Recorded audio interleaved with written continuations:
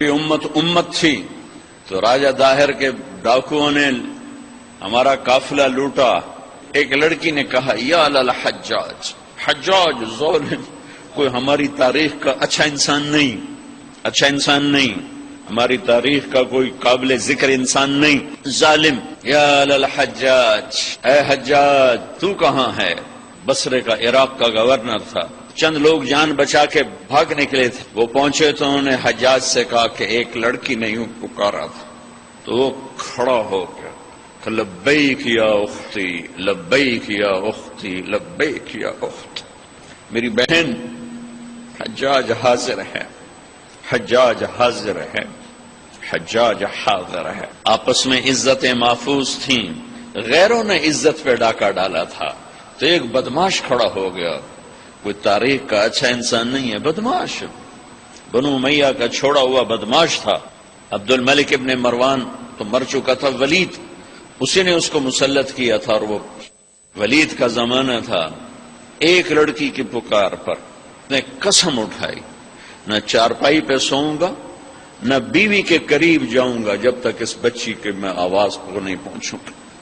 یہاں موبائل پہ قتل ہو رہے ہیں، کون قتل کر رہا ہے؟ حکومت کا کیا قصور ہے؟ حکومت کتنے سپاہی کھڑے کرے؟ اللہ کو ساتھی بناؤ، اللہ کو ساتھی بناؤ. اللہ پہرے پر آئے گا تو یہ کام ہوگا. ہماری حکومت بیچاری 5 لاکھ سپاہی ہیں، اندازاً کہہ رہا ہوں 18 کروڑ پر کیسے نگہبان بن سکتے ہیں؟ پہلا لشکر بھیجا، ایک لڑکی کی پکار پہ اس لشکر شکست ہو گئی، اکثر شہید ہو گئے. پھر دوسرا لشکر بھیجا، مکران میں ان کو بھی شکست ہو گئی، وہ بھی شہید ہو گئے، تھوڑے سے بچے.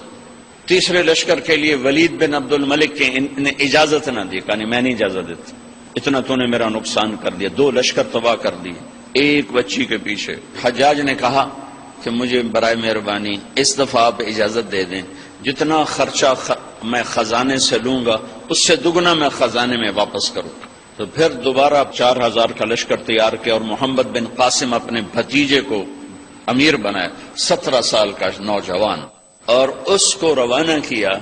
اور اللہ نے اس کے ذریعے سے محمد بن قاسم میرے ضلع ملتان تک داخل ہوا، 92 ہجری میں ملتان میں داخل ہوا، اور مکران سے ملتان تک 1 لاکھ انسانوں نے کلمہ پڑھا، اس کے خلوص پر، اس کے اخلاق پر، اس کے ایمان پر. ایک بچی کی فریاد پر حجاج جیسا تڑپ اٹھا تھا. آج کروڑوں بچیوں کی فریاد ہے، لیکن مصیبت یہ ہے کہ ان کروڑوں کی عزتوں سے کھیلنے والے یہودی نہیں ہیں، مسلمان ہیں. تم اللہ کے قانون سے ٹکراتے ہو، پھر کہتے ہو اللہ ہماری مدد نہیں کرتا. اللہ کدھر؟ اللہ تو ہے، نحن اقرب الیہ من حبل الورید، ہم تیری شارخ سے زیادہ قریب ہیں، پر تو جاری تو لگا. ابو مالک رضی اللہ تعالیٰ عنہ کو چور پڑ گیا، صحابی ہیں، طائف سے آ رہے تھے، راستے میں چور پڑ گیا. کہنے کہ میرا مال لے لے، مجھے کیا کرے گا؟ کہا نہیں، تجھے بھی قتل کروں گا، ورنہ تو جا کے عمر کو میری شکایت لگائے گا، میں پکڑا جاؤں گا. کہنے کہ پھر 2 رکعت تو پڑھنے دے، آخری نماز کا پڑھ لے. نماز سے کیا ہوتا ہے؟ نماز سے کیا ہوتا ہے؟ نماز پڑھی، 2 نفل پڑھے، یا ودود یا ذا العرش المجید یا فعالا لما یرید. ہائے ہائے ہائے، اللہ کو جو پکارا اور اس نے تلوار اٹھائی کہ یا ارحم الراحمین، یا ایک دفعہ یا ارحم الراحمین، تو ایک دم آواز آئی لا تقتلہ، اسے مت قتل کرو. اس نے ادھر دیکھا ادھر دیکھا، کوئی ہے؟ کوئی بھی نہیں. تو اس نے پھر تلوار اٹھائی، انہوں نے کہا یا ارحم الراحمین. پھر ایک آواز آئی لا تقتل، مت مارو. پھر اس نے ادھر دیکھا ادھر دیکھا، کوئی نظر نہیں آیا. پھر انہوں نے تلوار اٹھائی کہ یا ارحم الراحمین. تو ایک دم ایک سوار ظاہر ہوا گھوڑے پر، اس کے ہاتھ میں نیزہ تھا. تو اس نے آتے ہی سیدھا اس کے سینے کے پار کیا. وہ چور گرا اور اس کے جسم کو آگ لگی، راکھ بن گئی. ابو مالک رضی اللہ تعالیٰ عنہ فرمانے لگے میرے بھائی کون ہو؟ اللہ نے میری مدد کی تیرے ذریعے سے. یہ نہیں کہا کہ تو نے میری مدد کی، کہا اللہ نے میری مدد کی تیرے ذریعے سے. تو انہوں نے فرمایا ارے میرے دوست، جب تو نے اللہ کو پکارا فَكَانَتْ لِأَبْوَابِ السَّمَاءِ قَعْقَعًا، جب تو نے کہا یا یا ودود یا ذی العرش المجید، جب تو نے یا ارحم الراحمین کہا تو ساتوں آسمان کے دروازے لرز اٹھے، کانپ اٹھے۔ جب تم نے دوبارہ پکارا تو آسمان کے فرشتوں میں چیخ و پکار مچ گئی۔ جب تم نے تیسری دفعہ پکارا تو میرے اللہ نے کہا کون ہے میرے بندے کی مدد کے لیے تیار؟ تو میں نے عرض کی یا اللہ میں تیار ہوں، کہ میں ساتویں آسمان کا فرشتہ ہوں۔ جب اس نے پہلی دفعہ تم پہ تلوار اٹھائی تو میں نے ساتویں آسمان سے پکارا لا تقتل، مت مارنا۔ جب اس نے دوسری دفعہ تلوار اٹھائی تو میں پہلے آسمان پہ پہنچ چکا تھا اور میں نے کہا لا تقتل، مت مارنا۔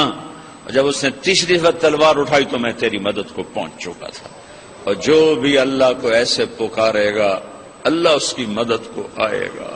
رات مجھے حرم سے فون ہے ایک دوست کا کہ میلوں میل ٹریفک بند ہے، سڑکیں پیک ہیں، سر ہی سر نظر آ رہے ہیں، انسانوں کا جنگل نظر آ رہا ہے۔ لمبی دعا مانگی گئی ہے، ایک آدمی نے دروازے کھلوا لیے، 50 لاکھ آدمی اکٹھے، دروازے کیوں نہیں کھل رہے؟ او بھائیو، ایک ہو پکارنے والا، عرش ہل جاتا ہے۔ یہاں 1 کروڑ پکار رہے ہیں، دل کے پھپھولے جل اٹھے سینے کے داغ سے، اس گھر کو آگ لگ گئی گھر کے چراغ سے۔ حکومتوں کو گلہ نہ دو، سیاستدانوں کو گلہ نہ دو، فوج پولیس کو گلہ نہ دو، یہ دیکھو ہم اور آپ کیا کر رہے ہیں۔ 90% پاکستانی نماز نہیں پڑھتے، پاکستانی جھوٹ بولتے ہیں، دھوکہ دیتے ہیں، فراڈ کرتے۔ پاکستان، اللہ بخشش فرمائے چودھری رحمت علی کی، کیا خوبصورت نام رکھا تھا، پاک زمین۔ نام ہو پاک زمین اور سود کے بازار گرم ہوں، اور فیصل آباد کے 8 بازاروں میں کھوٹ، ملاوٹ، جوا، سٹا، دھوکہ، فریب، فراڈ ہو، مسجدیں فرقہ واریت کی آگ بڑکا رہی ہوں، گھروں میں مائیں ذلیل ہو رہی ہوں۔ اللہ سے صلح کرو، یہی ہمارے مسائل کا حل ہے۔ یہاں تم یہ تو بیچارے ہمارے جیسے عام انسان ہیں، شیخ عبد القادر جیلانی تاجدار اولیاء وزیر اعظم ہوں، جنید بغدادی سید الاولیاء وہ وزیر اعلیٰ ہوں، حسن بصری صدر پاکستان ہوں، اور فیصل آباد کے بازاروں میں جھوٹ بھی ہو، سٹا بھی ہو، چوری بھی ہو، جوا بھی ہو، اور رات کو شراب کی محفلیں بھی ہوں، زنا بھی ہوں، گھنگرو بھی ہو۔ اللہ کی قسم اتنی بڑی ہستیاں بھی میرے دیس کی تقدیر نہیں بدل سکتی۔ حضرت ام عائشہ نے پوچھا یا رسول اللہ انہلک وفینا الصالحون، کیا نیک لوگوں کے ہوتے بھی ہم ہلاک ہو جائیں گے؟ قال اذا کثر الخبث، عائشہ جب گناہ زیادہ ہوں گے نیکوں کے بھی نہیں سنی جائے گی۔ تو میرے بھائیو، میں یہ عرض کر رہا تھا ایک نماز نہ چھوڑو، جیسے شروع کی ہے اسے شروع رکھو۔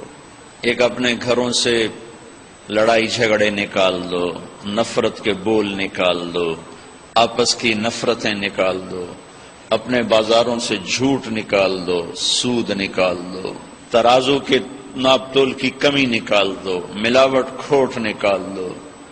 حکومتیں سود نہیں ختم کریں گے، تم سود ختم کرو گے، تم کو ہم سود پہ کام نہیں کریں گے۔ قتیبہ بن بکار رحمت اللہ علیہ ایک بزرگ تھے مصر میں، ملک کافور ایک شیدی بادشاہ تھا، ان کے درس میں آ کے بیٹھا کرتا تھا، ان کا واز سنتا تھا۔ 18 سال ان کی محفل میں حاضر رہا اور ہر سال 1000 دینار ان کو گفٹ کیا کرتا تھا۔ 1000 دینار، 1000 دینار 2 کروڑ روپیہ بنتا ہے۔ 18 سال ان کو دیتا رہا۔ 19ویں سال ایک غلط فتوے پہ دستخط لینا چاہے۔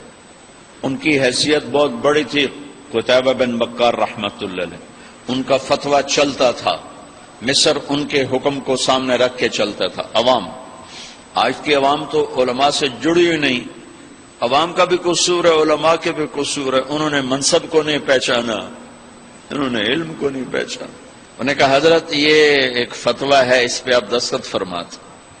قتیبہ بن بکار فرمانے لگے کافور یہ تو غلط ہے، میں کیسے دستخط کروں؟ کہا حضرت کوئی نہیں، سب چلتا ہے، سب چلتا ہے، آپ کریں نا، میں نہیں کر سکتا، میں نے اپنے لکھے کا اللہ کو جواب دینا ہے۔ ہم تو ہر چیز سے بانجھ ہو گئے نا۔ اس نے کہا حضرت آپ ہمارا ہی کھاتے ہیں اور ہمیں ہی آنکھیں دکھاتے ہیں، آپ میرے 18,000 دینار واپس کریں، ٹھیک ہے، فتویٰ نہ دیں۔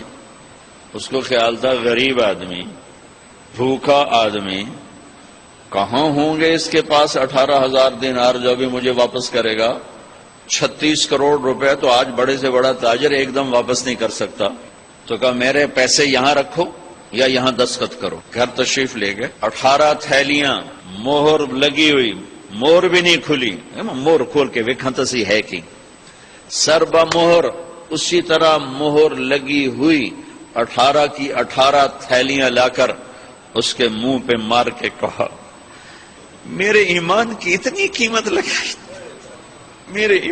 کوئی میرے علماء کو یہ بات سناتا کہ جو چند کوڑیوں پہ اپنا علم بھی بیچ رہے ہیں، ممبر بھی بیچ رہے ہیں۔ میں ساروں کی بات نہیں کر رہا، 8 بازار کے سارے تاجر جھوٹ نہیں بول رہے، سچے بھی بیٹھے ہیں، سارے سود پہ نہیں ہیں، صحیح تجارت بھی کر رہے ہیں، لیکن 100 میں ایک بھی نہیں ملتا۔ کوئی 10,000 میں ایک ہے جو سچا بھی ہے، جھوٹ سے بھی پاک ہے، سود سے بھی پاک ہے۔ ملک کافور، میرے ایمان کی بس اتنی قیمت لگائی تھی، اے لے اٹھ جا میری مجلس سے۔ کبھی یہ امت زندہ تھی، کبھی اللہ سے بڑی گاڑھی یاری تھی، اب تو مدت ہوئی ہے یار کو مہمان کیے ہوئے۔ بھائیو مہربانی کرو، جاتا رمضان ہے، نماز نہ چھوڑنا، جھوٹ چھوڑ دو، نماز نہ چھوڑو، خیانت چھوڑ دو، نماز نہ چھوڑو، ظلم چھوڑ دو، نماز نہ چھوڑو، دھوکہ چھوڑ دو، نماز نہ چھوڑو۔ چپڑاسی سے لے کر 22ویں گریڈ تک خیانت ہی خیانت ہے، ظلم ہی ظلم ہے۔ ریڈی والے سے لے کر بڑے بڑے گروپس تک ظلم ہی ظلم ہے، خیانت ہی خیانت ہے۔